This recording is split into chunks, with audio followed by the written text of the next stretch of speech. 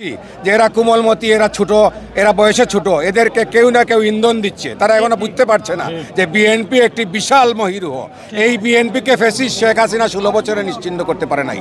সুতরাং এই যে ছোট ছোট ছাত্রবাহীদেরকে কেউ না কেউ ইন্ধন দিচ্ছে, তারা তাদের ভুল বুঝতে পারবে। ভুল বুঝতে না পারলে নিশ্চয় বুঝতে পেরেছে। আপনারা দেখেছেন গোপালগঞ্জে হামলার পর যে বিএনপিকে ক্যান্টনমেন্টে জন্ম বলেছিল, যে বিএনপিকে নিয়ে কটাক্ষ করেছিল, গোপালগঞ্জের হামলার পর এসে বলছে যে আমরা বিএনপির সমর্থন চাই, বিএনপির সাহায্য চাই। বিএনপি কি দল এটা তারা বুঝতে পারবে। এটা হাসিনাও বুঝতে পেরেছিল। হাসিনা বুঝতে পেরেছিল বলেই বাংলাদেশের বুট নামক নির্বাচনী সেক্টরকে ধ্বংস করে বিনা বুটে বাংলাদেশের ক্ষমতায় বসেছিল। আজকে তারাও সেই স্বপ্ন দেখতে চাচ্ছে যে চিরস্থায়ী বন্দোবস্ত বিনা বুটে নির্বাচনে যাতে ক্ষমতায় যাওয়ার স্বপ্ন দেখছে। এটা তাদের এই ছোট ছোট ভাইদের প্রতি আমরা অনুরোধ করব, আপনারা এইসব থেকে বেরিয়ে আসেন, রাজনীতিতে আসেন। বাংলাদেশের মানুষ, জনগণ নির্বাচন করবে, জনগণ মেডেল দিবে কারা ক্ষমতায় যাবে।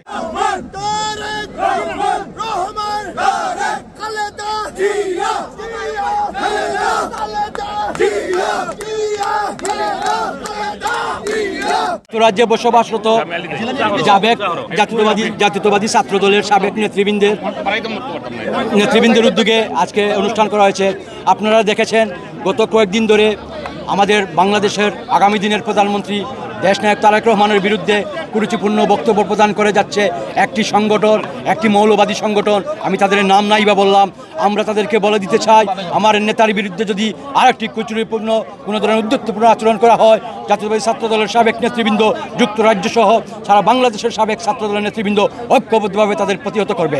এবং আরেকটি জিনিস, এই জুলাইয়ের বিপ্লবে যারা শহীদ হয়েছেন তাদের আত্মার মাগফিরাত কামনা করা হচ্ছে এবং যারা আহত হয়েছে তাদের দ্রুত সুস্থতা কামনা করছে। এবং বিশেষ করে আজকের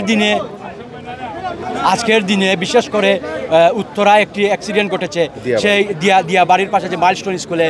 এর জন্য আমরা অত্যন্ত গভীরভাবে শোকাহত, কারণ কোমলমতি ছেলেদের দেখেছেন তাদের শরীর জ্বলছে গেছে, কারো 80%, কারো 70%।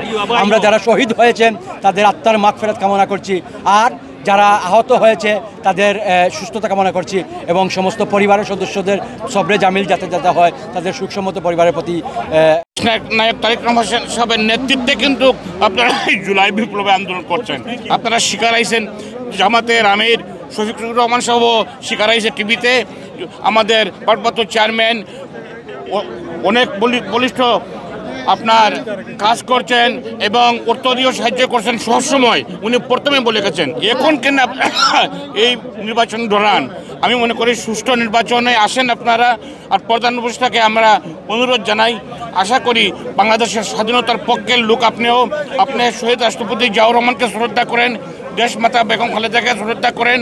আপনি দেশের স্বাধীনতার পক্ষে আপনি সুষ্ঠু নির্বাচন দিয়া নির্বাচিত সরকারের কাছে চলে যান, এটাই আমাদের প্রত্যাশা।